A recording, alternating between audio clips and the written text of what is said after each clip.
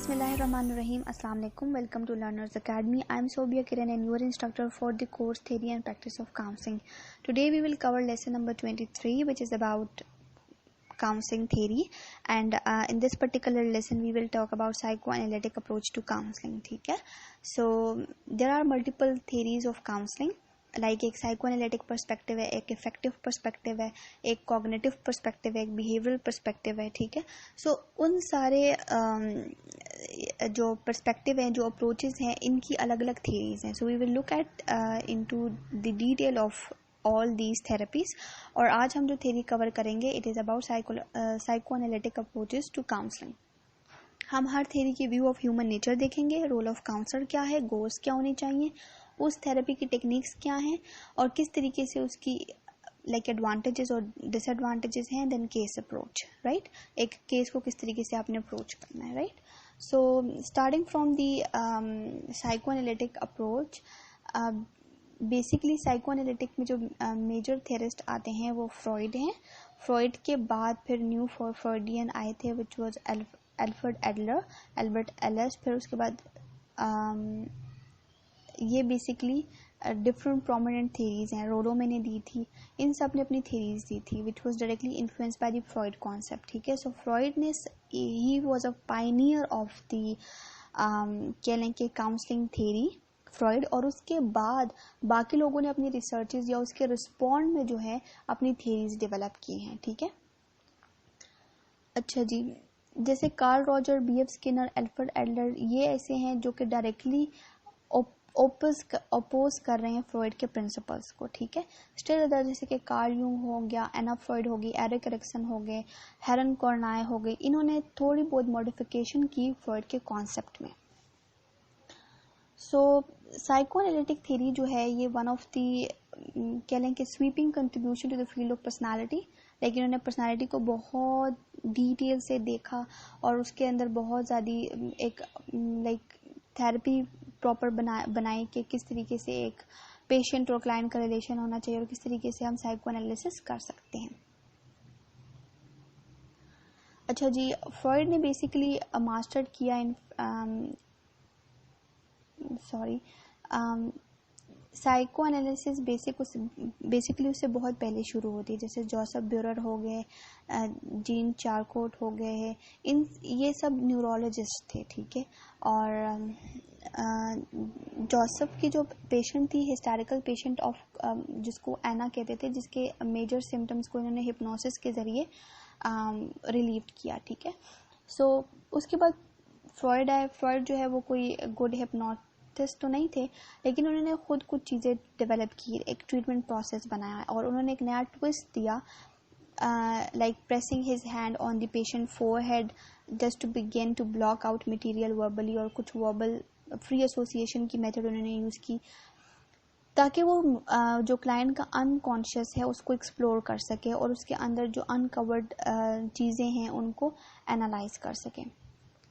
Despite controversial concepts, Freud के बहुत ज़्यादा फॉलोअर्स थे, फ्रॉइड बहुत ज़्यादा फेमस थे. ऑल्दो इसकी थ्योरी में बहुत ज़्यादा इसको क्रिटिसिज्म भी फेस करना पड़ा, बट स्टिल इसकी पॉपुलैरिटी बहुत ज़्यादा थी. ठीक है. फ्रॉइड के कोलीग्स ने जनरल पब्लिक्स में जाके ये लोग लेक्चर्स वगैरह देते थे और सारा कुछ. फ्रॉइड का जो मेजर फोकस था ना वो बेसिकली एम्फोसिस था ऑन सेक्सुअलिटी एंड एग्रेशन. ठीक है. जिसको वो पर्सनालिटी को साथ रिलेट कर रहा था. सो बाकी लोगों ने इसके इस कॉन्सेप्ट को बहुत ज़्यादा अपोज किया. Then there is a view of human nature. So many of his tenets were set down in his book Interpretation of Dreams and New Introductory Lectures on Psychoanalysis and the Ego and the Id. इसकी 3 books बहुत ज़्यादा famous हुई थी और The Interpretation of Dreams जो dream analysis में use की जाती थी वो भी बहुत ज़्यादा फेमस हुई थी. ठीक है. सो फ्रॉइड का जो है ना, जो ह्यूमन नेचर है, like how he view a person is, उसको लगता है कि जितनी भी एक इंडिविजुअल का एक कॉन्शियस माइंड होता है, एक प्री कॉन्शियस माइंड होता है और एक अनकॉन्शियस माइंड होता है. Conscious mind according to Freud इसके उसमें थॉट्स होते हैं, मोटिव्स होते हैं. ठीक है. जो बंदे को पता होते हैं and he is aware of it. Pre conscious level पे वो कुछ चीज़ों को और कुछ टर्मिनोलॉजी से अवेयर होता है, लेकिन सबसे अवेयर नहीं होता, ठीक है ना। और अनकॉन्शियस लेवल पे हमारे वो मोटिव्स और वो थॉट्स होते हैं जिनसे एक बंदा कम्प्लीटली अनअवेयर है और उसको थ्रू साइको एनालिसिस अवेलेबल करवाया जा सकता है, लाइक उसको याद करवाया जा सकता है। अच्छा जी, वो इस अनकॉन्शियसनेस या जो पर्सनालिटी को उसने ये बनाया था, इसको वो आइसबर्ग से कंपेयर करता था। और आइसबर्ग यूजुअली जो टिप ऑफ आइसबर्ग होती है वो विजिबल होती है, उसके बाद थोड़ा सा पोर्शन जो होता है जो लाइक थोड़ा सा पोर्शन जो है वो विजिबल होता है अबव द वाटर, और जो रिमेनिंग पोर्शन होता है वो बीनीथ द वाटर होता है जो कि विजिबल नहीं होता। सो he said that around 10% of the iceberg is visible, which is conscious, and 90% are beneath the water, which is pre-conscious and unconscious, ठीक है। ओके जी, एविडेंस ऑफ अनकॉन्शियस हमें कहाँ कहाँ से मिल सकते हैं? According to him he said के ड्रीम्स के थ्रू या स्लिप ऑफ टंग के थ्रू। अब ड्रीम्स सिंबॉलिक नीड्स और विशेज और एंजाइटी को रिप्रेजेंट करते हैं, जबकि फ्रॉइडियन स्लिप एस के बात करते करते आपके मुंह से कोई ऐसी बात या कोई ऐसा वर्ड निकल गया है जिसकी जो बेसिकली आपके अनकॉन्शियस को रिफ्लेक्ट कर रहा है, ठीक है। Like post hypnotic suggestions, material from the free conscious या material from the projective test, ठीक है। सो अगर free conscious like where you allow client to speak about anything, तो वहाँ पे क्लाइंट हो सकता है कि कोई ऐसी बात, कोई ऐसा वर्ड यूज कर ले जिसको फ्रॉइड कह रहा है कि वो फ्रॉइडियन स्लिप है या स्लिप ऑफ टंग है, ठीक है। Then Freud explained the structure of personality. According to Freud, there are three. The personality of an individual consists of three parts: id, ego, and superego. एक हमारा जो है वो unconscious पार्ट है, ठीक है। और इट जो है वो इमीडिएट ग्रेटिफिकेशन के प्रिंसिपल या प्राइमरी प्रोसेस भी इसको कहा जाता है कि ये उस प्रिंसिपल पर काम करता है। लाइक आपको एक चीज़ चाहिए, आपने वो हासिल करनी है इमीडिएटली। ये बेसिकली इसको इलॉजिकल होता है, एमोरल भी होता है, and it is driven to satisfy instinct drives, ठीक है। Like it can be anything, सही है। और अच्छा, इसमें इसकी एग्जांपल ये है कि लेट सपोज कि अगर बच्चे को भूख लगी है तो उसने खाना खाना है, ठीक है। अब इड उसको कहेगा कि वो खाना खाए, ठीक है। अब वो अब खाना अगर अवेलेबल नहीं है या कुछ भी है, तो वो किसी ना किसी तरीके से कुछ भी करके वो अपनी नीड सेटिस्फाई करेगा और उसी वक्त ही करेगा। दिस इज इट, ठीक है। Ego is like it is like a traffic cop, जिसे आप ये कह लें कि वो एक्सटर्नल रियलिटी को समझता है, उसको पता होता है, and it mediates between the instinct and the environment, ठीक है। So it is rule by the reality principle actually, कि उसको रियलिटी का अंदाजा है कि अभी लेट सपोज वही बच्चे वाली एग्जांपल कि अभी खाना अवेलेबल नहीं है, लेट सपोज, ठीक है। तो वो रियलिटी प्रिंसिपल पर काम करेगा। सुपर ईगो इज द जज, ठीक है। ये बेसिकली मॉरल प्रिंसिपल पर काम करता है कि आपको पता है कि एक बिहेवियर जो है वो गलत भी है, ठीक है, और लेकिन इट कह रहा है कि वो करना भी है। तो ईगो को ये पता है कि वो नहीं करना, वो गलत बिहेवियर है, रियलिटी चेक है, ठीक है। सुपर ईगो बेसिकली आपको ये बता रहा होता है कि क्या चीज़ सही है, क्या चीज़ गलत है। आपको एक सॉर्ट ऑफ कह लें कि जुडिशियल ब्रांच ऑफ पर्सनालिटी है, जहाँ पे आपको पता है कि ये वाली चीज़ करनी है, ये वाला काम करना है और ये वाला नहीं करना, ठीक है। इसके अलावा फ्रॉइड ने जो है ना बेसिकली अच्छा, सुपर ईगो का मेन इंपॉर्टेंट काम एक ये है कि उसने इट को रोके रखना है और ईगो को कहना है कि वो अपना काम करे, ठीक है। सो इट्स लाइक कह लें कि ईगो को ये अलाउ करता है, इट्स लाइक अ जज, ठीक है, कि इट को रोके रखना है, आपने जो इंस्टिंक्ट नीड है उसको थोड़ी देर के लिए रोके रखना है, और ईगो को जो रियलिटी चेक है उसको कहना है कि वो अपना काम फिलहाल करें। तो सुपर ईगो इज बेसिकली कि आपको राइट, गुड और बैड और राइट और रॉन्ग के बारे में बताती है, सही हो गया। देन है साइकोसेक्सुअल स्टेजेस ऑफ डेवलपमेंट। अच्छा, फ्रॉइड ने basically 5 psychosocial stages of development दी थी कि एक इंडिविजुअल जो है वो अपने पहले 5 साल में इन स्टेजेस से गुजरता है। सबसे पहले होती है ओरल स्टेज। ओरल स्टेज में आपकी 0 to 18 मंथ्स होता है, और उसमें इन्फेंट जो है वो सेटिस्फैक्शन रिसीव करता है फ्रॉम सकिंग, बाइटिंग और ईटिंग।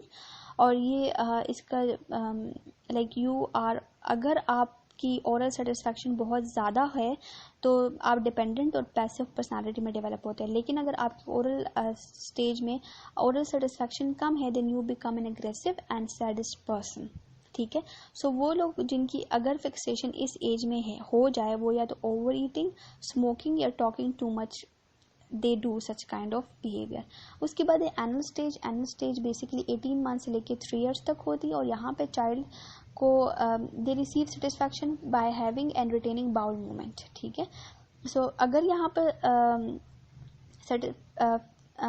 फिक्सेशन इस स्टेज में होगी अंडर सेटिस्फैक्शन या ओवर सेटिस्फैक्शन। ठीक है, तो अगर ओवर सेटिस्फैक्शन हो गई तो दे विल बी लाइक के मेसी होंगे, कहीं भी कई देर भी वो डिस्ट्रक्टिव होंगे, डिसऑर्डर होंगे। लेकिन अगर अंडर बहुत ज़्यादा जो है उनको कंट्रोल किया गया है कि तो वो हाईली कंट्रोल्ड होंगे और कंपल्सिव नीटनेस होगी उनमें, इस तरह के बिहेवियर शो करेंगे।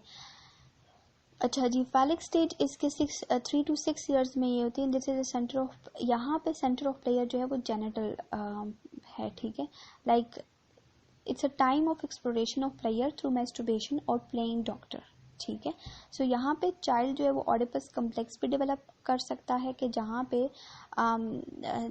दिस अ पीरियड जहाँ पे एक जो चाइल्ड है वो अपने ओपोजिट पेरेंट से जो है वो ज़्यादा अट्रैक्टिव होता है rather than the same parent. ठीक है, और यहाँ पे कैस्ट्रेशन एंजाइटी भी हो सकती है, और गर्ल्स को जो है वो पीनस एनवे भी हो सकता है। ठीक है, सो ये दो चीज़ें हैं। इसके बाद है लेटेंसी पीरियड। लेटेंसी पीरियड जो है वो 6 to 12 years के पीरियड में होता है, और ये यहाँ पर जो है there is little interest in sexuality but there is more interest in the peer activities and personal mastery of cognitive learning and physical skills. ठीक है, और यहाँ पे एनर्जी बहुत ज़्यादा होती है। देन है genital stage. Genital stage around puberty के दौरान होती है, और ये सबसे आखिरी स्टेज है साइकोसेक्सुअल फेजेस की, और इसमें usually they take interest in the other और normal heterosexual patterns of interaction appears. ठीक है, सो अच्छा जी, स्टेजेस में जो मैंने बात की अबाउट के अगर ओवर सेटिस्फैक्शन होगी या अंडर सेटिस्फैक्शन होगी। ठीक है, अगर किसी भी स्टेज पे कोई भी नीड अगर आपने बहुत ज़्यादा उसको सेटिस्फाई करना शुरू कर दिया then it's again a problematic behaviour, वो पर्सनालिटी को ख़राब करेगी। और अगर बहुत ज़्यादा अंडर सेटिस्फैक्शन है तो भी वो पर्सनालिटी को ख़राब करेगी। फ्रॉइड ने यही दो चीज़ें बताई थी कि एक एबनॉर्मल बिहेवियर को हम इसी तरह डिफाइन कर सकते हैं कि अगर एक चीज़ बहुत ज़्यादा सेटिस्फैक्शन है, ठीक है, और बहुत ज़्यादा अंडर सेटिस्फैक्शन है, अगर बैलेंस हुआ और क्लाइंट या जो बच्चा है या कोई भी एडल्ट है अगर वो फिक्सेटेड नहीं है किसी भी स्टेज में तो वो एक नॉर्मल पर्सनालिटी में डेवलपमेंट होगी उसकी। ठीक है, इसके बाद एरिक एरिक्सन ने साइको सोशल स्टेजेस दी थी, लाइक जिसमें उसने 8 स्टेजेस ऑफ डेवलपमेंट बताई थी, और उसकी पहली स्टेज जो थी वो है बेसिक ट्रस्ट वर्सेस मिसट्रस्ट, दूसरी है is autonomy versus shame and doubt, then है initiative versus guilt, then industry versus inferiority, fifth one is identity versus confusion, and sixth one is intimacy versus isolation, seventh is